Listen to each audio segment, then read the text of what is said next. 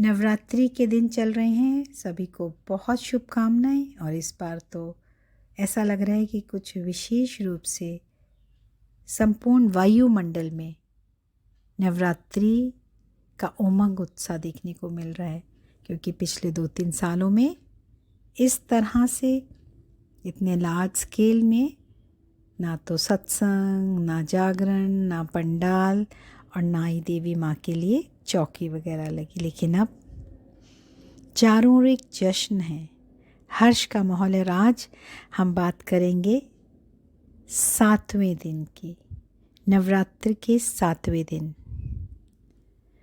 माँ कालरात्रि। नाम लेने मात्र से ही माँ की जो छवि कहें सामने आती है, वो कुछ हटकर है।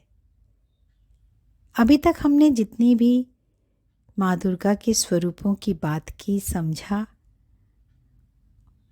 उनकी मूर्ति कहें, उनका साज श्रृंगार कहें, उनके चेहरे से झलकती वो तेजस्वी आभा, अपने साथ साथ पवित्रता, प्रेम, रहम, प्रकाश, आकर्षण, सौम्यता, करुणा, हर्षित मुक्ता को समेटे थी। लेकिन आज माँ का ये काल रात्रि का जो स्वरूप है, ये भयावह कहूँ, शक्ति स्वरूपा तो है लेकिन हटकर है।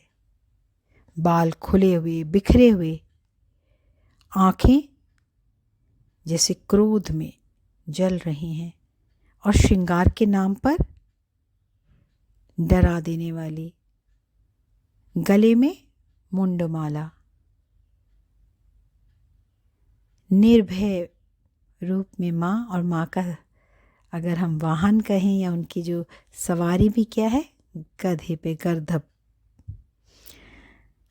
हर बात अपने में समेटी होती है आध्यात्मिक रहस्य। और आज तो शक्तिशाली कालरात्रि, काली माँ, और उनका तो जो मंत्र भी उच्चारण करते हैं तो एक अलग तरह की शक्ति। ओम जयंती मंगला काली भद्रकाली कपालिनी दुर्गा क्षमा शिवा धात्री स्वास्वदा नमस्तुते। तो माँ को नमस्कार है, क्योंकि माँ का ये स्वरूप ही हमारे लिए एक ऐसा उपहार है जो कहीं ना कहीं हमारे भीतर की शक्तियों को भी एक क्षण में इमर्ज कर देती है और एक सही दिशा देती है कि ये वो समय चल रहा है। जो नवरात्रि का शक्तिशाली पर्व है, ये जो दिन है, ये बहुत वरदानी दिन है। तो जब हम अपने जीवन में जीते हैं तो हमारा हर एक सोच कैसी है, कर्म व्यवहार कितना भी प्यारा हो, दिव्य हो, पवित्र हो, एक अध्यात्म के मार्ग पर चल रहे हों, लेकिन जब तक हमारी वो जो परखने की शक्ति नहीं होगी कि क्या सही है क्या गलत है, तब तक हम निर्णय नहीं कर पाएंगे कि हमें जीवन को किस तरह सहजता से जीना है, लेकिन मूल्यनिष्ठ एक अपने नज़रिए को, अपने निश्चय को ऐसे बनाकर शक्ति स्वरूपा बनना है कि हमें सब कुछ क्लियर दिखे, हम अपनी हर संकल्प की रचना करें। क्योंकि सबसे खूबसूरत बात जो अध्यात्म के मार्ग पर सीखने को मिली, वो हमेशा मन को छूती है कि हमारा एक एक जो संकल्प है वो हमारे डेस्टिनी को बनाने वाला है। Our thoughts create our destiny. संकल्पों से सृष्टि बनती है। तो हमारा एक एक संकल्प हम जो चूज़ करते हैं वो कितना श्रेष्ठ होना चाहिए, शक्तिशाली होना चाहिए। उसके लिए हमें शक्तिशाली साथ भी चाहिए, और उस सर्वशक्तिशाली शिव परमात्मा, जिनकी ये सभी शिव शक्तियाँ हैं, उनके स्वरूप हैं, वो आया हुआ है। तो उसके साथ के जो अनुभव हैं बहुत प्यारे हैं। तो आज का जो स्वरूप है वो कहीं ना कहीं आजकल के जो वातावरण का या जो कलयुग की पराकाष्ठा है उसमें होना बहुत ज़रूरी है।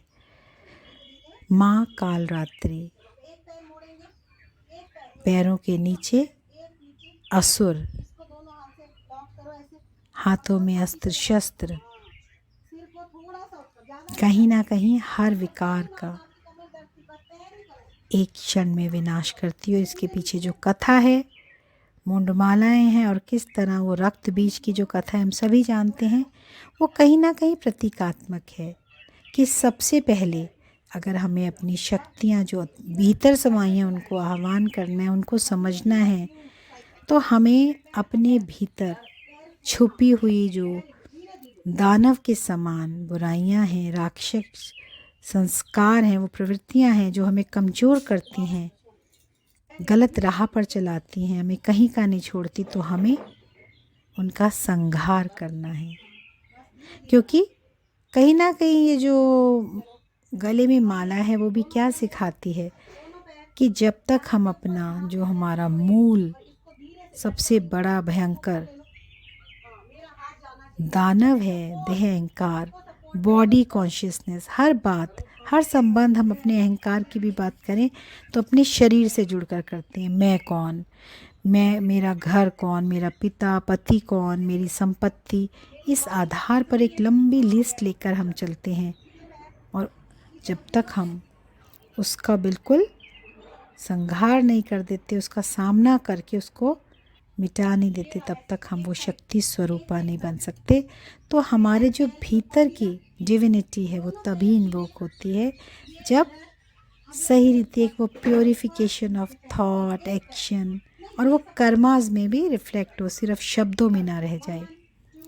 तो हर एक दैत्य राक्षस सबसे पहले अपने भीतर में जो समाया है, कई बार हमें पता ही नहीं चलता, हम प्रिटेंड तो करते हैं, अरे मैं तो सत्संग जाती हूँ, मैं तो इतना बदल गई, मैं तो सभी के लिए अच्छा सोचती हूँ, मुझे तो सभी की खुशी में अच्छा लगता है। लेकिन बहुत छोटे छोटे मनोविकार, बातें जो हम बार बार झूठ बोलकर अपने ऊपर एक मियाँ मिट्ठू बनकर एक पर्दा सा डाल लेते हैं, वो इतने गहरे बैठ जाते हैं, वो हमारा ही अहित कर रहे होते हैं।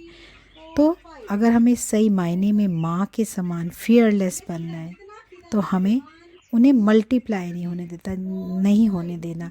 जैसे रक्त बीज का दिखाते हैं, जहाँ बीज गिरा वो फिर से पनप जाता है। ऐसे ही एक एक विकार, हमें लगता तो है कि अरे क्या है, इतना झूठ बोलने में क्या है, थोड़ी तो जलन होगी, थोड़ी तो आजकल के समय में हमें गलत तरीके से चलना ही पड़ता है, तो वो मल्टीप्लाई हो जाते हैं क्योंकि सभी एक दूसरे से जुड़े होते हैं।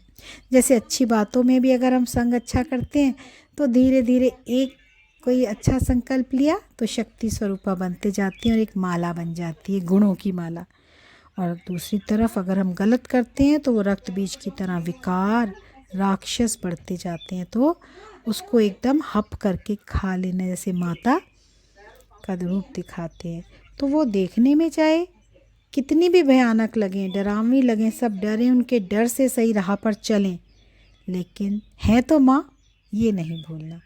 तो माँ के स्वरूप में उसकी पालना चाहे कभी प्यार से, कभी आशीर्वाद से, कभी वरदान से हो और कभी डांट फटकार से, लेकिन उसमें हमारे लिए हित छुपा है, वो भाव छुपा है कि हमारी संतान सही राह पर चले।